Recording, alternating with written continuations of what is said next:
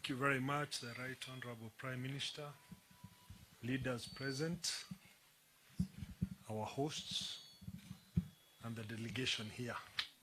Murega Rege.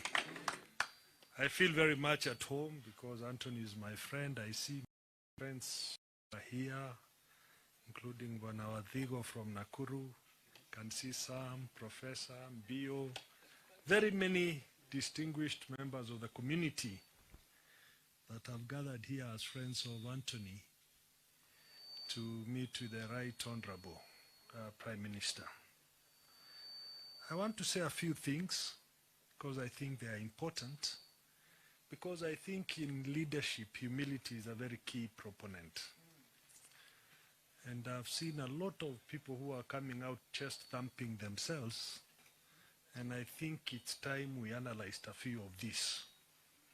First of all, I want to thank our chief guest because he has all along fought for this country.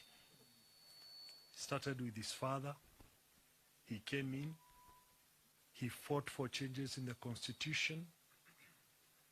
And I remember the 2005 Constitution when he said it was not right, and the 2010 when he said it was right. And today we have the fruits of devolution. And I think even in the BBI, the biggest component is the increase of allocation from 15% of the devolved funds to 35%. So that money can go back to the grassroots. And I'm saying this because we will hear a lot of economic models. I have worked in the Treasury. And I'm saying this because if we do not have the right policies, even in that Treasury, hakuna pesa iko kwa store ati mtu atawaletea, unless he has his own money in his own store, but not government. Because government is dictated by policies. But in 2002, inyuothe mwamwitire njamba. Gatwari hari uhoro ri. Neguo. Ni undu wa ekire. In 2007, when there were differences in election, they later agreed, they met and said the country comes first. It is selflessness. And they worked together. Some of us were in that government. The first one, when he said Jaba. The second one, when they agreed on a grand coalition. And we worked together. Now, inyuĩ andũ a Kiambu, gĩthurano kĩrĩa kĩrĩga mwaheire Uhuru. Gatwarie harĩ ũhoro rĩ. Nĩguo. Na rĩu nĩ mageithanirie me hamwe. Na Uhuru nĩ gũthiĩ arathiĩ. Na arauga nĩ tũrute wĩra na mũndũ ũrĩkũ. Mũngĩmũrega nĩkĩ? Mũngĩmũrega nĩkĩ? Huh? What our people want, and not just Mount Kenya area, but the entire country, is policies that will be conducive to economic empowerment, so that our people can grow economically.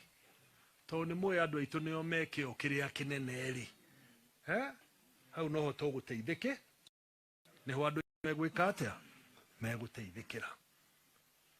And we need to be extremely careful. We need to be selfish as to where our interests lie. We need to be selfish. Elections are about competition, not about enmity. So whatever could have happened in previous elections was competition. It was never enmity. And that's why when Jim says the lake and the mountain, it's because it was competition, it was not enmity. And we need to bridge, to take note of where our founding fathers started our country. And you know who our founding fathers were. It was Mzee Kenyatta from Kiambu and Mzee Jaramogi from Kisumu.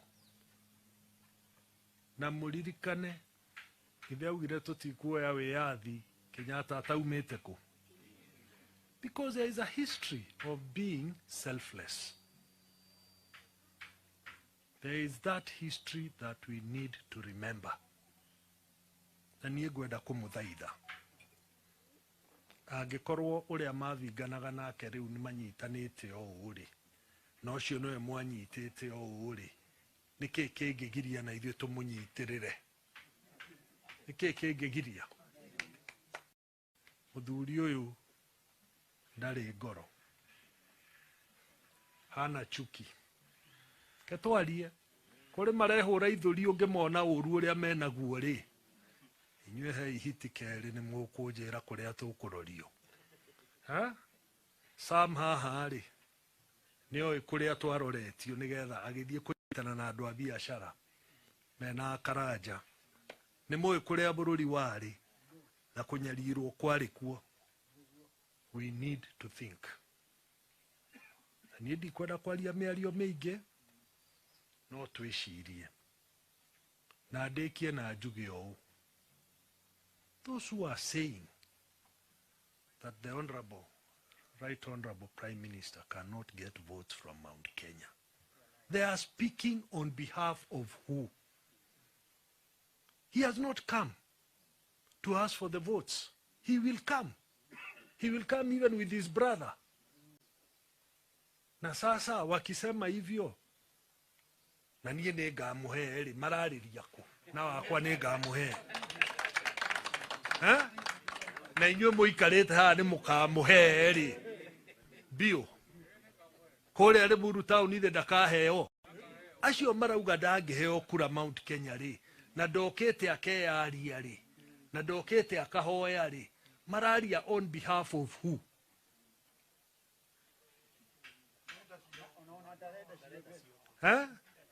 Ndĩrauga harĩa ũhoro rĩ, let people not talk on behalf of others.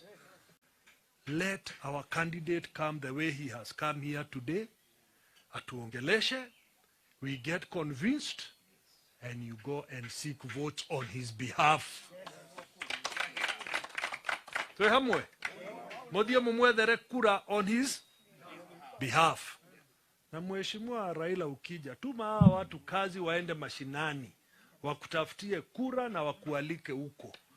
Wale wanasema ati ya kwamba Mount Kenya, hata hujafika.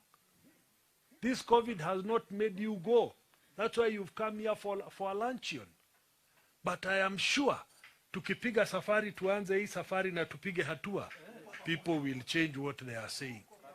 And I am sure at the end of the day, the candidate in Mount Kenya will be the Right Honorable Raila Amolo Odinga.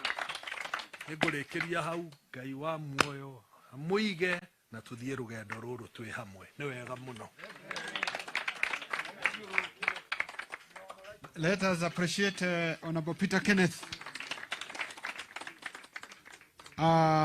We would like to now bring on board Honorable Oburu Odinga, who has been very steadfast in the journey with the Right Honorable Raila, and also a friend, Honorable.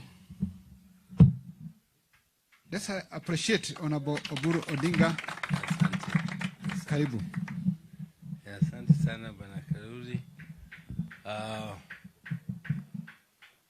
Wananchi wa Kiambu, hamjambo? Muriega renge. Ngai ni mwega. And this yode? Asante. And that is his nature. Thank you. Ya, sina mengi ya kusema kwa sababu sisi tumekuja hapa kwa rafiki yetu ya dhati, mzee the late Nginyo wa Kariuki. Nginyo wa Kariuki was a great friend of my dad, and unfortunately I did not come to his funeral. But when Raila told me that he was coming here, I told him that I must come with you. I must come to pay my respects to Mzee Nginyo wa Kariuki, not just because he was a true friend of my dad, but because he also became a great friend of mine. And he was one of those rare people whom, when he's a friend of your dad and your dad passes on, he continues to be a friend of the children of his friend. And immediately I joined politics and I came in a by-election after my father expired. When Nginyo Kariuki called me to Nginyo Tower in his office on the first floor, and he gave me 100,000 shillings in 1994, which was a lot of money. And I can tell you that throughout the campaigns, not even my brother, not even my friend Jim, gave me a single cent. It is only Mzee Kariuki who thought that I needed money, because I was a poor civil servant who had just come from office, and I joined the campaigns without money. And he knew that. I don't know how he knew, because I never asked him to give me money, but he gave me money. And that one I will appreciate until my last day. I also want to say that my friend Mzee Nginyo called us here several times with the Council of Elders of the Luos and the elders of the Kikuyu. And he tried to bring the mountain and the lake, but circumstances did not favor that coming together, even though he really tried, together with Mzee, the late Njenga Karume. We were in Njenga Karume's home and in Nginyo Kariuki's home. We tried several times, but the government of the day was very vicious against the whole thing, and it scuttled. But I'm very happy that we have come again. Now, when circumstances have changed, when the government of the day is part of this movement, which is to bring the lake and the mountain together, and as Jim Orengo says, whenever that happens, the country moves forward. And that is what happened at independence. That is what happened at independence. Mzee Jaramogi Oginga Odinga was very, very close to Mzee Jomo Kenyatta, and they were not tribal at all. The differences which came between them was merely ideological, but people misconstrued it to be political, that Mzee Jaramogi was or tribal, that it was a tribal war. There was no tribalism at all in that thing. There's no time to explain, but perhaps we could have explained it even more. Raila even knows it better, a little better than me, but there are some things which I know which he might not also know about this. But I'm very sure that it was not tribal at all. Now, him and Uhuru Kenyatta, again the same family, they have shaken hands, and it is determined between our two families that we shall make sure that we clear the air and bring the communities of Mount Kenya and the communities around the lake together again, so that the country can move forward. This is our prayer. And I know that a lot of people are saying that the other people were in front, that they have captured Mount Kenya, that Mount Kenya cannot support Raila. But you know, when you are in a marathon race, you don't start sprinting. And that is what Uhuru was telling our brother. Please don't sprint. I'm still the boss. Please, just run behind me. I will give you the baton. But the man refused. He wants to run ahead of his boss. But in a marathon rate, when you start to sprint, definitely you will go out of steam and run out of breath very soon. So I'm sure, because what offense has Raila ever committed against Mount Kenya? Apart from just competition is not enmity. Competition is actually friendship. Because you compete against your brother, and once the competition is over, you work together. And this is what Raila has done. They are working together with Uhuru, and it's very, very supportive. And Uhuru is also returning anarudisha mkono, because the other one to whom he could have rudisha mkono did not want the mkono. He wanted to run much faster than following his boss. And I want to just say that I just want to conclude, because we were not here to make long speeches, that actually the journey which has been started is moving on. I think it is moving on well, and we want to ask the people of Mount Kenya to recognize that whereas, no, let me just put it the other way around. You know, Raila, as I told you, has never committed any offense, apart from saying Kibaki Tosha.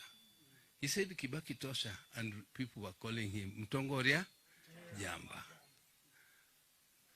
The other people even have some blood on their hands.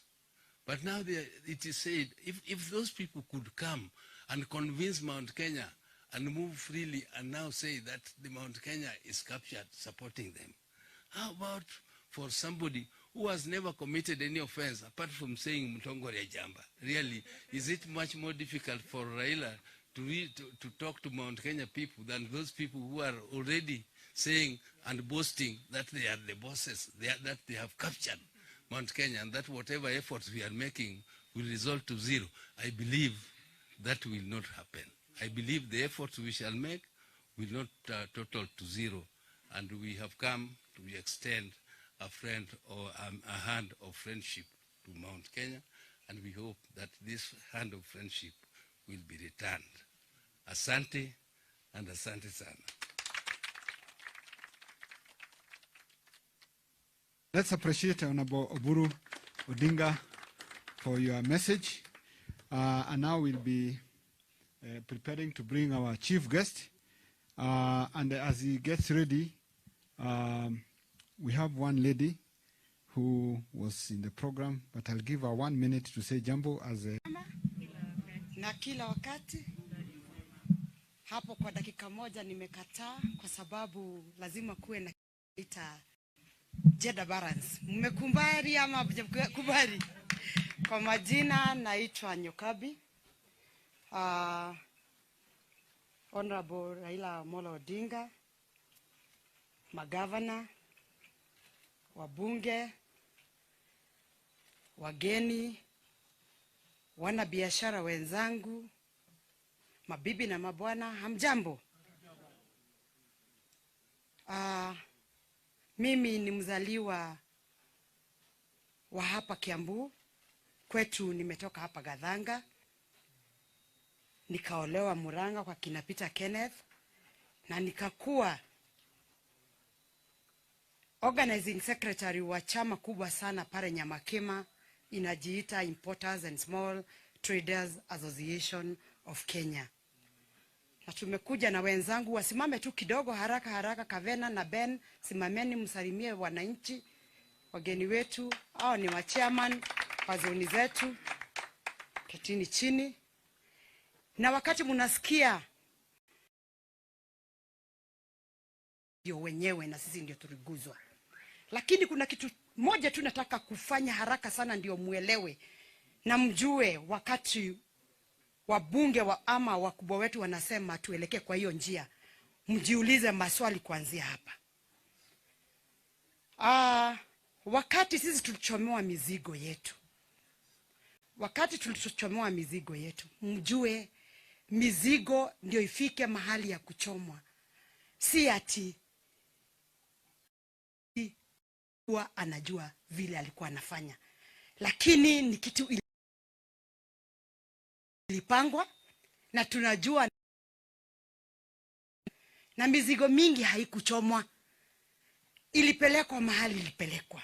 Na wakati mimi naona mnatuambia ati tuelekee upande huyo mwingine, najiuliza kweli wananchi wetu wanajua ile kitu ilikuwa inatuuma? Juzi tulikuwa na Mheshimiwa Raila Amolo Odinga tukipitia kwa Mheshimiwa Peter Kenneth, tukiwa zone 12, na tukaenda tukamwambia matatizo yetu, na hapo kwa hapo vile aliwafanyia wanamuziki through Gladys Wanga, vile Mheshimiwa Peter Kenneth asema ati sio kusaidiwa tu na mdomo lakini policies, akaanza kutusaidia. Na ni kweli kama ukatupeleka pale pesa zilikuwa zimekwama za akina mama pale kwa badi, already wameanza kuwa through Mheshimiwa Raila Amolo Odinga wamelipwa. Pigeni makofi. Mambo ingine mengi tumemwambia ambao najua ameshikilia sana na ameanza kutekeleza hiyo maneno. Ndenda muyuria tiriri agikuyu haria mundu wothe ari, tondu ndirona ta mutengeranĩtie na migwe murahita nguyo ngimaciki uria toy uhoro ucio uria thuri uguo ni kuga atia, na gwenda na ngima nguyo cie thutha. Na wakati mwingine Mheshimiwa Rais, hapo utaelezwa na Peter Kenneth vile nimesema. Nataka kuwauliza wazee, it is in record, Mheshimiwa Rais alisimama yeye mwenyewe ndiye aliendea Raila Amolo Odinga. Alimwendea akiwa mjinga? Si ni kuweka maneno kwa meza akaona kweli huyu mwenzangu hanisaidii? Ni kweli ama si kweli? Kwa hivyo tujiulize, ni nini hii rais aliona kwa Raila hakuona kwa ule amekuwa na yeye? Wazee mko na mabibi, wakati mwingine uonga mnaendea Kashungwa, lakini kazi ya Kashungwa ni kupeleka mali kwao. Ni kweli ama si kweli? Kwa hivyo tufikirie sana vile tunasema, tufikirie sana vile tunafanya. Wakati wa Kibaki mliona kazi ikifanyika, kwa nini sasa tusijaribu sasa tuone vile Raila Amolo Odinga anaweza kutufanyia? Asanteni, na tusukumwa sana kwa sababu wakati, lakini tutaongea mengi. Asanteni sana. Asante Nyokabi. Let's appreciate Nyokabi.